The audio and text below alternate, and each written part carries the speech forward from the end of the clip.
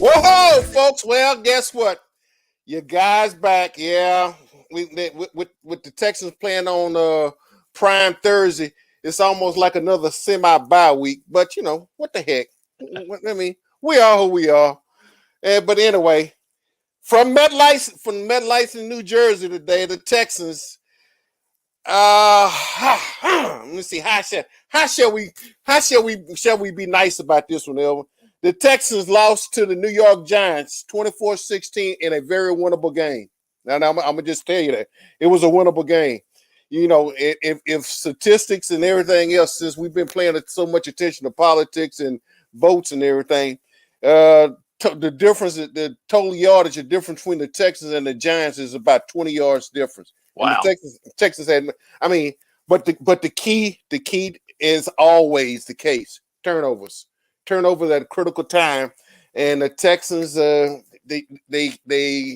can't get out their own way, man. They can't get out their own way, and so we sort of just keep sitting there hoping and waiting. But hey, think about it.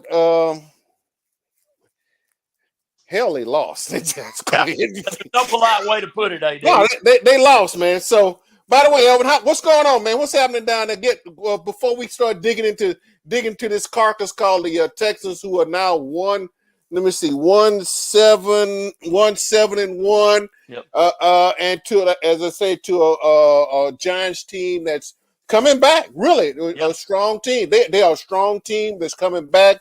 Barkley had about 152 yards rushing a day, but and the thing about it, at the half, the Texans win this ball game. Texans have been in a lot of ball games, and I know that we know what the word is when we get to post game. We got to learn how to finish. We got to learn how to finish. So considering the fact that, hey, they're gonna learn how to finish one day, and hopefully that with the way things are over there on Kirby, that the man that we both feel like he can get the job done, can he really have time to get it done with the players and everything. But anyway, as I stated, Texas go down today, 24-16, and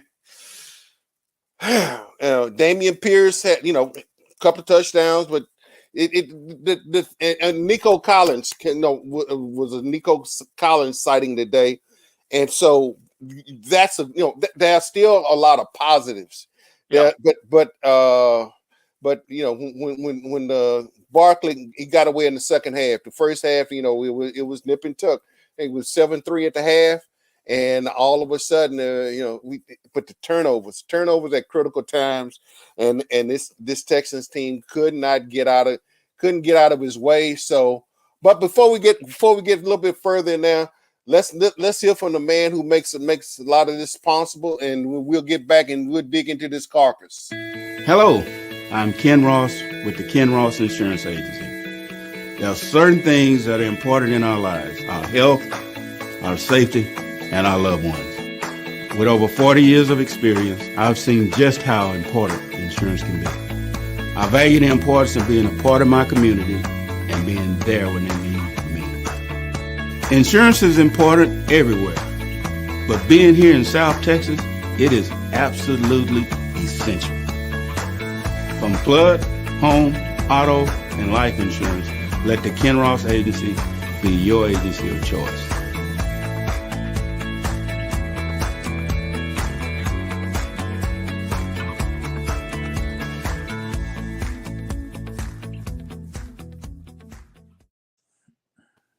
Yep, that's right, folks. The Ken Ross Agency, 281-235-5952.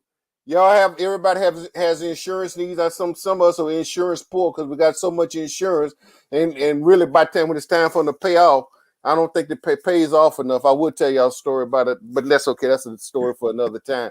I'll save that one for another time. But let's get back and dig into this carcass, better known as the Houston Texans. Damian Pierce, a decent pedestrian day, 17 carries, 94 yards.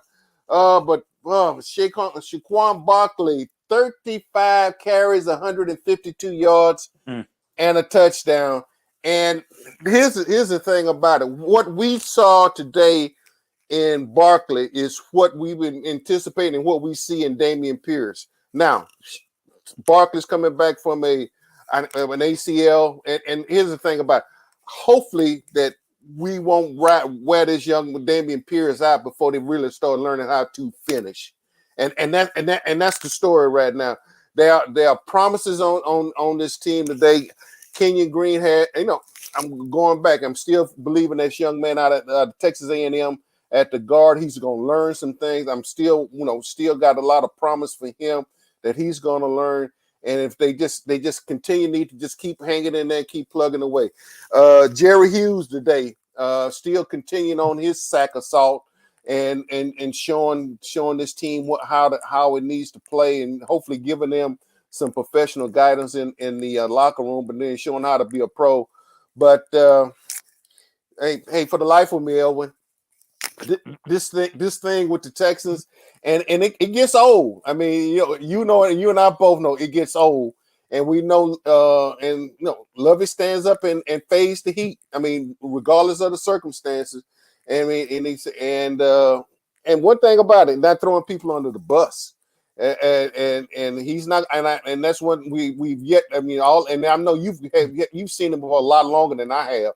I've known about him more on a professional level, but you've seen him come through it at Big Sandy there. But he stands up. And I don't care how hard we go at him on these presses. He doesn't throw his players under the bus. No, a lot of folks would probably like to see him run a Mack truck over several of them, but at the end of the day, he probably does run it, but he does it inside. And the thing about it, they are still playing for him. Yeah. They are still playing for him. So, and like I said, and I know you probably got more Big Sandy stories down there that you care to give about Lovey, but they still playing for him. And you can't dismiss that out of hand. Yeah, that's very true. And I know you got to do that as a head coach at any level if you're going to have your players keep playing for you. And I'll just go back to a Jeff Traylor story in Gilmer when he was here. I talked about in a semifinal game against Snyder at the old Texas Stadium about how Gilmer had 7 turnovers and still won the football game by 32 points. And boy, Jeff let me have it when I brought that up in the post-game interview with him when we were doing Gilmer Cable TV. And I apologized to him after the fact. And I said, the next week we beat Jasper in the state championship down in Nacogdoches by 2 points. And when I went up to do the post-game interview with him, the first thing he said, we got to cut out these turnovers. It nearly cost us a football game. And I looked at him after we finished the interview and I said, okay, Jeff, last week you jumped all over me for talking about turnovers. And today I'm not going to bring it up. We win a state championship and you talk about it. And he looked at me, and I think this sums up every head coach at any level. He goes, it's okay for me as the head coach to talk about my players, but I'm not going to have anybody else attacking them. And that is, I guess what you got to do. But I'll be honest, there's been 2 or 3 times that I would have liked to have seen Lovey come in and go, Davis Mills has just got to get better. He is underperforming. And when that question is asked, he always says, well, yeah, Davis can get better, but we all can get better. I think there needs to be a little heat on Davis Mills, and I don't think he feels any. And that does concern me tremendously. This was interesting. I'm glad you brought that point up because this just came crystallize. Brian Daboll, the Giants had like a 4th and 1, and he put in an extra lineman. And that particular lineman got jumped offside. I mean, and for the next several minutes, even through the break, Daboll is over there stripping paint off the building. Yeah. And guess what? This wasn't a Sunday school lesson for the day. No. He was stripping paint off of them. I know, and I know this is military. This is the NFL honoring the military. But I guarantee you, there was some sailors out there would have probably went like, "Ooh, man." Yeah. He went like a drill sergeant and even during the break, he was barking, ripping, snot going everywhere. And the thing about it, like I said, what Giants 6-2, they're 6-2. The Texans and the thing everybody's saying, don't let this. Basically what they were trying to say about this team over here can't beat you. Don't be deceived because the fact they won 6-1 or whatever the case might be, and you think you're gonna roll that blue NY helmet out there and think they're gonna heal and roll over and heal and get rubbed on the belly and feel like they're gonna like it. Everybody gets direct deposits on Monday, and those guys gonna get their check. Everybody, regardless of the circumstance, they're gonna get it. But they're gonna come and play, and that's what I think what you want to see. You still see some fire in some of the guys. You still see effort is there, but doggone it, when you sit back and look at total plays, when you see a difference on only 20 yards difference, and just from a team stat, 20 yards difference, 20 yards. But the big thing that stands out. Turnovers. And one of them is in the end zone. That ball may be thrown different or otherwise. And Nico Collins, we always keep, they always say, opportunity, when opportunity knocks, are you ready to accept opportunity? And for the life of me, for the heck of me, this team's still not ready. They still have not understand how to finish. And so what we got to understand, Texans, they get you there. They kept us in for the first half. They were there, and all of a sudden, second half, and just little things here and there. It's the little thing. It's the little thing. It's the little things that are getting this team beat. Yeah, and AD, the thing about that is the Texans literally, except for that one game when they got blown out, at halftime, they've been in a position that they could have won every single game. Yeah. I still personally think that a lot of that has to do with a factor that we really maybe have discussed a little bit, but not a lot. I just don't think the depth is there. Your starters, for the most part, except for those turnover mistakes that have popped up from time to time, are doing a pretty decent job on both sides of the ball. But a lot of the backup guys that are having to come in just look like they're dumbfounded sometimes when they get out there. And I just don't think this team has enough depth. And I don't think they gave Lovie Smith the opportunity to build that depth properly. Well, here's the thing about it. It's basically what you did. And so you're starting to put the light on Nick Caserio. Yep. Because he's the general manager. Yep. He's the one that, as like Bill Parcells told Jerry Jones, I want to go out there and buy the groceries myself. Yep. And I'm pretty sure Jerry Jones probably wanted, we know the big tuna, and like I said, I want to be able to buy the groceries myself. Mm-hmm. And so in a certain extent, that's some validity to that. But guess what? Every great chef is not a great grocery buyer. That's true. Yeah, I mean, let's face it. You just because you can put the ingredients together, you probably just not sure about, because now with the analytics and with the cap and everything, I mean, how many coaches got an MIT degree that in capology? Absolutely. I don't know too many of them. No. That's why you have a general manager. That's why they're in this situation right now.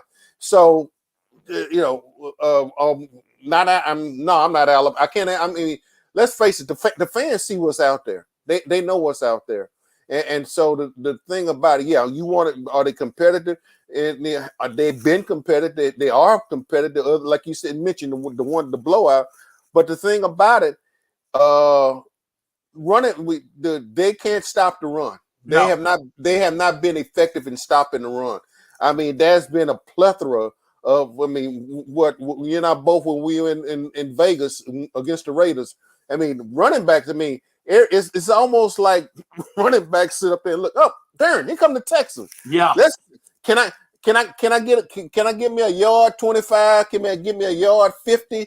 I mean, we understand the Titans were in town, and let's face it, Derrick Henry is a load. I don't care for who you are, but at a certain point, guys, you got to sit there and say, hey, he's coming. You got to tackle and you got to keep tackling. And so, in the real sense, that's what has to take place. And until that happens, I'm not sure what's going to happen. Boy, the fans are a little bit mad on the comments. Texans and Rockets both are trash. We need to hire big names to revamp our teams. Okay, Adamir, and bring in big name players. No defense on both teams. Dead franchise. Okay. Why don't you tell us what you really think, huh? Hey, I'm manning out. I'm manning out from Adam Amir. You know, he. I mean, you feeling the frustration of it like everybody else. Thank God for and while we had it, folks, I didn't realize we was talking about Texans talk. But let's go ahead. Let me take my hat off now. In Dusty We Trust. I mean, I've been on some shows up in New York, up in the New York area, Buffalo, Rochester area, on some of my guys up there. And I mentioned at the beginning of the year, and we was talking about the Stros. And so, hey, salute, my salute. I'm clapping, Dusty. I'm giving you a high five after all these years, because I remember vividly. And I know we'll get back to Texans talk, but right now, this is a tip of cap to the Astros, because in 2017, then everybody want to put an asterisk by that, even though they forgot that the Yankees and the Red Sox was doing some of the similar stuff, and he had some of the same folks doing the same thing on other teams. But that's okay. Maybe Bob Costas forgot to bring all that up when he was talking about the Astros and cheating and beating on the trash can. But hey, tip of the hat to the Astros. Dusty. After all these years, and I remember vividly. I think Game 6, Dusty went out to the mound, grabbed the pitcher, and Dusty had a lead. This is when he was with the Giants, and I remember it almost like it was yesterday. And they wound up losing the series. And so you sort of wonder, and like I said, Dusty's he's been at Washington. I mean, he's been several places. He's had a long storied career, and I am just ecstatic. I'm ecstatic for the Astros. I'm ecstatic that the fact that Dusty finally can say, when he gets inducted into Cooperstown, he can say, I did win a World Series title. Because I read the story about him and his relationship with Cito Gaston. I mean, there's another guy who really a lot of folks forget about, and he had back-to-back World Series. And for the life of me, I always tried to figure out, why did when you're looking for guys who want to bring back, you bring back all these other recycle old tires, and here you got Cito Gaston, who basically now is probably just in retirement, and nobody wanted to come knock on his door up in Toronto. And so I'm just glad for the fact that Dusty, I'm tipping the hat. Congratulations, Dusty. Congratulations to the Astros. I still got some questions to Jim Crane about firing Click, but hey, who am I? I'm like you. I was so proud for Dusty Baker, and obviously being up in East Texas, I followed the Astros when I was in high school, but I can't ever say I was a diehard Astros fan. But somebody else I want to tip a hat off to, and dadgummit, that's Mattress Mac, Jim McIngvale. The hurricane comes, he opens his store and let people sleep on his mattresses to help them out. And then he gives so many people who probably, in a lot of cases, didn't have the money to spend, that went and bought furniture and mattresses from them, gives them their money back when he wins that $75 million bet when the Astros win the World Series. Mattress Mac is Superman to me. The name, and we'll get back to the Texans, but that name, and let me just say this. That scene when Matt got caught dropping F-bombs all over the place and everywhere. The thing about it, and I was, when I saw it on the news and everybody kept, bringing it back up to him, and Mac just said, look, that was not my finest hour. I mean, let's face it, you sitting up there dropping F-bombs and everybody going like, oh wow, hey Mac, but you know what? He didn't just he embraced the overall atmosphere. He embraced the name with him, with the bandana in there. He said, but he owned up to the fact. He said, no, that's not my fine. He said, me up here dropping F-bombs all over the place, that's not my finest style. I could have handled it different. Yeah, and he could have not done that. He could have just turned his head and said, forget you people. That's another reason I do admire him, is he fessed up and said, hey, that's on me. You know, I should have been in a better mode. Yeah, without a doubt. Hey man, without a doubt. So, you know, taking that in consideration, I mean, who you know, like you just got to tip your hat and keep going, man, because Mattress Mac, and you know what's funny about it? There was some lady there when I remember seeing a local reporter who had, you know, and a lot of folks. I remember when Mac started the gallery. Mm-hmm. You know, he had an empty old mattress. That was the way. That's why he started getting called Mattress Mac. Right. I remember the old Paul Bosch wrestling, and he was standing there with that mattress and you know what, advertising.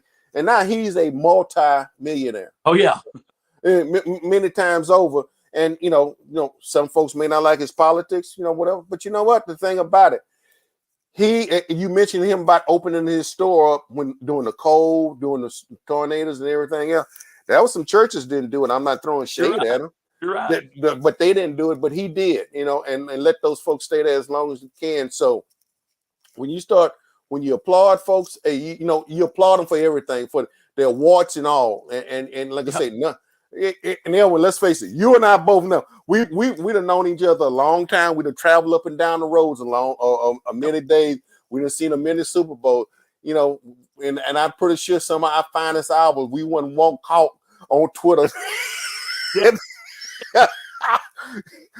But you know, he owned up to it, and so I take kudos off because I remember I was mentioning to somebody, and they saw the one like what I said. I like what he done there because he could have, like you said, he could have ducked it and moved away from it, but he didn't.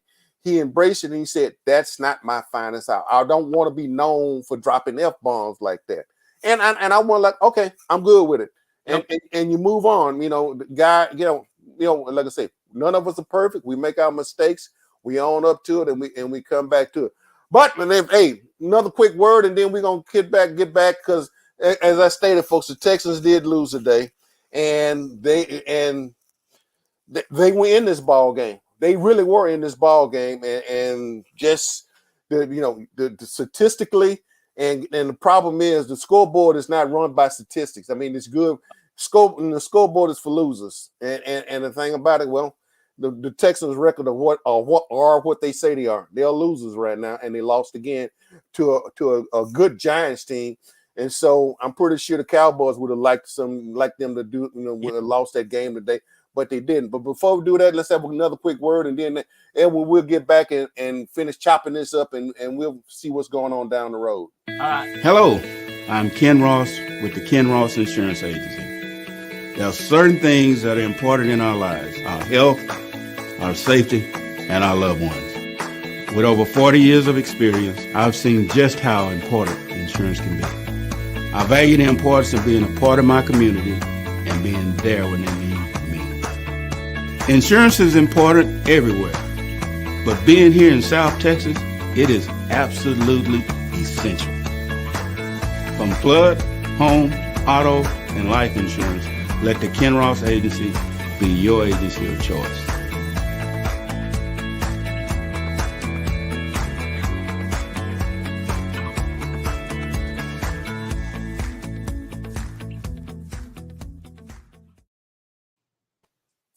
That's right, folks. My agency, my fraternity brother, Alpha Phi Alpha Fraternity Incorporated, Ken Ross, 281-235-5952. Hey, I've been knowing him so long. I mean, he's like part of the family. You know, it's like Elvin make me part of his family. Always. and so forth. But yeah, if you got any issues, I mean everything, life, car, auto, home, you name it, let the Ken Ross Agency, give them a call and see if they can satisfy your because he has a smorgasbord of products that he can satisfy your needs. So don't forget 281-235-5952. That's the Ken Ross Agency. All right, Elvin, I know and we're gonna get back to the Texans. It's only so much Chanel perfume I can put on these. It's only so much lipstick we can put on these pig feet. Well, hey, and go ahead. I think to say I thought of something right before we went to commercial break. There, you were talking about the statistics and the fact that the Texans were close in statistics, but it really didn't mean anything. And I heard, and I'm sure you heard it way back in the past too, way back long ago, probably while I was still in high school, the 3 lies of football. And that was lies, blankety blank lies, and statistics. Yeah. And that pretty much sums this game up today. The statistics were a lie because the Texans could have and should have won the game, but didn't. And the statistics make it look like realistically, they should have. But how many times have we talked about this year, AD? Literally, this team, instead of 1-6-1, if they could just finish, considering they were in every game but one, I'm going to say realistically that they could be 7-2 right now, or maybe 6-3 at worst, if they could have just found a way to finish. The disconcerting and very concerning thing to me, and I know all the fans, is why the heck can't you figure out why to finish? That's the bigger question right now. And yeah, I mean, and I know these guys practice. I know Pep Hamilton, the offensive coordinator. I know folks want to ride him out on the rail, but you got to play with the talent that they have, and can they get more creative? Can they get more imaginative?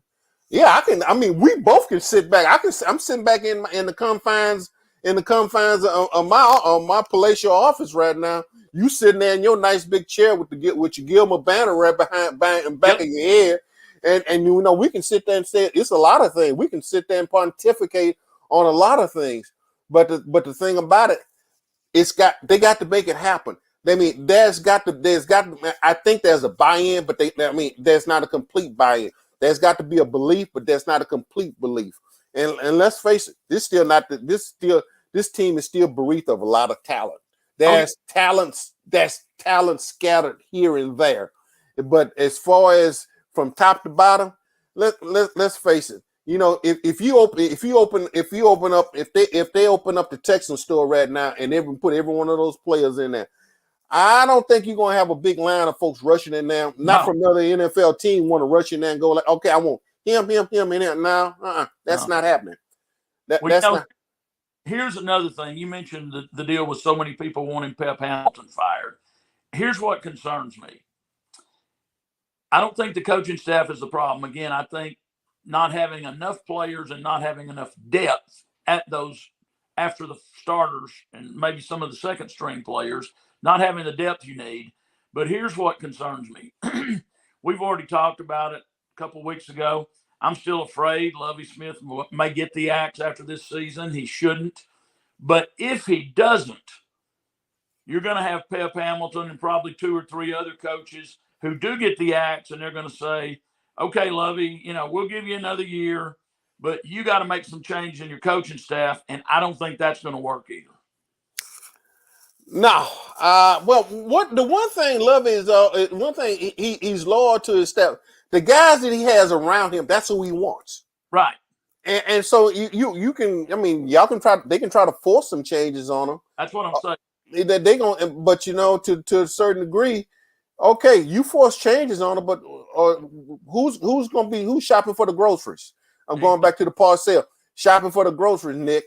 So what are you getting ready to bring in there? Because I guarantee you right now, that's y'all accumulating draft picks, and so it's coming to the time. It's time to blink or get off the pot. And it's getting to that point, and it's also getting to a point. At a certain point, you pass the midway point as far as the Texans are concerned. It's time to start saying, okay, you keep saying finishing. Okay, can I start seeing an FINISH? I mean, can I start seeing part of finishing? Can I start seeing some consistency there? Because halfway through this season, and I want to start seeing it. I mean, You seen it with the Giants now. The Giants have made a turnaround with Yes. with Gable. The Texans shown they played their wares off against the Eagles on this last Thursday night. Mm-hmm. I mean, and so they're there, but they're not all there. Right. Because we know there's one wide receiver that wanted to be gone. He didn't get his way, and then he didn't wind up playing last week. But he's still there. You know, that's internal. They're not going to talk about it, but Exactly.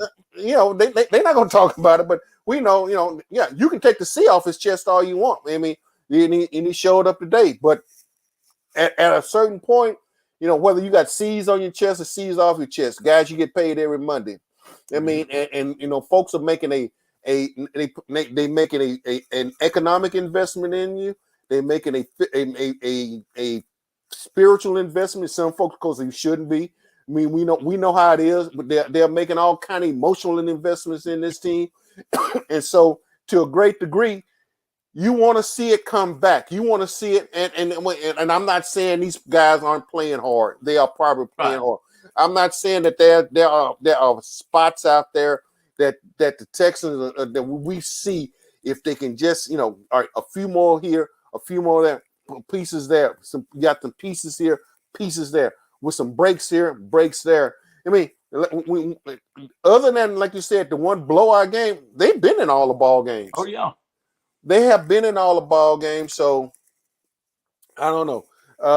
In fact, I don't even, who do they play next week? I mean, you know. I was thinking the same thing, and I don't even remember. I mean, heck, at this point, you know what? We know they're going to have to show up next week, and they're going to have to play. They'll be. I think they're at home next week. I'm not, but yeah, we'll have a home game this coming Sunday. Yeah. It's time for them to come home, and it's time for them to go ahead and to you know, let's, you know, instead of, you know, yeah, you're in the ball game. You know what? Tell you what, guys, let's do this.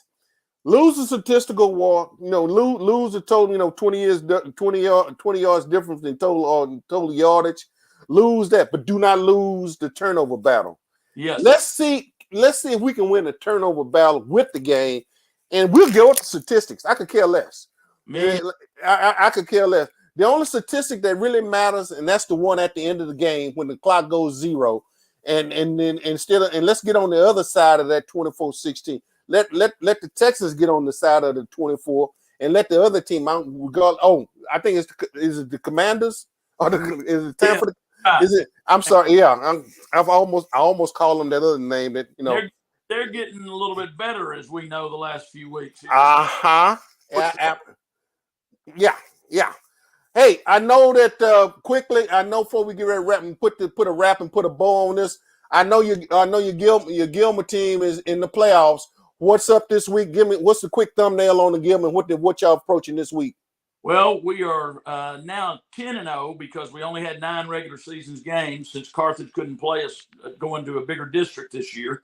And we won our first playoff game at Earl Campbell's home stadium, Mother Francis Trinity, Mother Francis Rose Stadium in Tyler Friday night, 25-7 over Rusk, where Aiden McCown, Josh McCown's son, was the quarterback, and Josh was an assistant coach on that team. So didn't get a chance to talk to him, but it would have been interesting if I'd had a chance.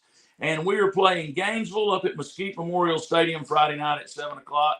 Expected to win that game too, but then the next week we come up against our nemesis Carthage. So that one's going to be a challenge. Well, let me play devil's advocate. Who said Carthage may not even make it past the second round? Maybe y'all make it and they don't. Yeah. Hey, that will not happen unless half of the Carthage team breaks their legs in their game this week. Okay. I was just trying to, you know, I admire Scott Surratt for what he's done. 8 state championships in Carthage in 13 seasons. Ooh. You know, things you also despise them when you can't beat them. And we have had trouble the last few years. I felt all along this was our year. I still like our chances, but it's going to be really tough. Well, hey, my friend, I tell you what, good luck to the Gilmans. Hey, I know, like I said, y'all y'all looking, y'all not looking ahead. I know you got to play them first. You got to play the team that you scheduled to play at this week. Good luck to y'all up there. Thank you. And if y'all get a chance to see Carthage the following week, like I said, they could get knocked off. You never know. But hey, hope springs eternal. That's what we keep. Yeah. We keep hoping for the Texans, and it keeps springing a leak. Yeah. So, my friend, hey, Elwin, like I said, as I get ready to wrap up, your closing comments as we get ready to jump out of here. Well, just what you and I have talked about. I still think if they could find a way to finish latter part of this season and just get one more win under their belt, I think they could still roll off 3 or 4 wins. Now, we got to be realistic. This team is not even going to come close to making the playoffs this year. Nope. But they need something positive to happen so they can get one win. And then, hey, we can finish. And maybe that would propel them to get a few more victories and at least come up with a semi-decent year and have a plan in place then for moving it on up to the next level next year. Well, yeah, I tell you what, if they could just knock off, if they could roll up another 6 victories somewhere in there, but they, I said at the beginning of the year, I could see this team, somebody wanted to take my fever when I said, I could see them maybe 6 to 7 wins. Yeah, me too. And could they still get it done? Yeah, I think they could. But what I think they could get done, and what is realistically being done, and that's sort of like from in a biblical sense, as far as from the east is to the west, as far as that's concerned. So, we'll see if from week to week. My friend, hey, have a good one, man. Take care. Appreciate you. We'll be in touch, and with the Commanders coming in town. Maybe they'll be sold, but no, they won't. I was just sort of thinking out loud. I was thinking about this story. The last owners meeting. That I heard it got kind of caustic in that last owners meeting concerning the Commanders. But I know you got some inside information on the last owners meeting, particularly with the Commanders and that whole. Well, anyway, we'll leave it like that. Yeah. Hey, take care. We'll be talking at you, and more likely, I probably we'll run into you down the road down here somewhere. Okay, man. Yeah. All right, take care. All right, folks. That's it. We about to wrap this one. Again, your Texans lose to the New York Giants. MetLife Stadium, 24-16. Statistically, they were within 20 yards total yardage. But you know what? Like horseshoes, it doesn't mean squat, because at the end of the day, you lost on the end of the scoreboard. So, without further ado, it's your man, Adolphus A.D. Moore. It's getting colder. It's getting cooler. I'm going to still caution folks about this is raining, wet, getting into the flu season. Hadn't had your flu shots, please get your flu shots. You hadn't had your booster COVID shots. Those of y'all that still believe in them, don't believe in them, whatever the case, you still want to protect yourself. It's still out there. And so as we get ready to sign off on the corner, don't forget, let me just say this. You seeing us on the Round Ball channel as well as the Facebook. And on either channel, whichever channel you're looking at me now, subscribe. Go ahead. We need the hits. We need to look, feel good. Go ahead and just put a subscription in there for either channel. Go to both of them and subscribe on both of them. And as we continue to build this dynasty that we want to build here, and we appreciate you as we get ready to walk off the corner here. Walk in. Let's stand under the corner under the nightlight. A little chilly out there, and have a little nip or something. I don't know, but keeping it warm, keeping it real.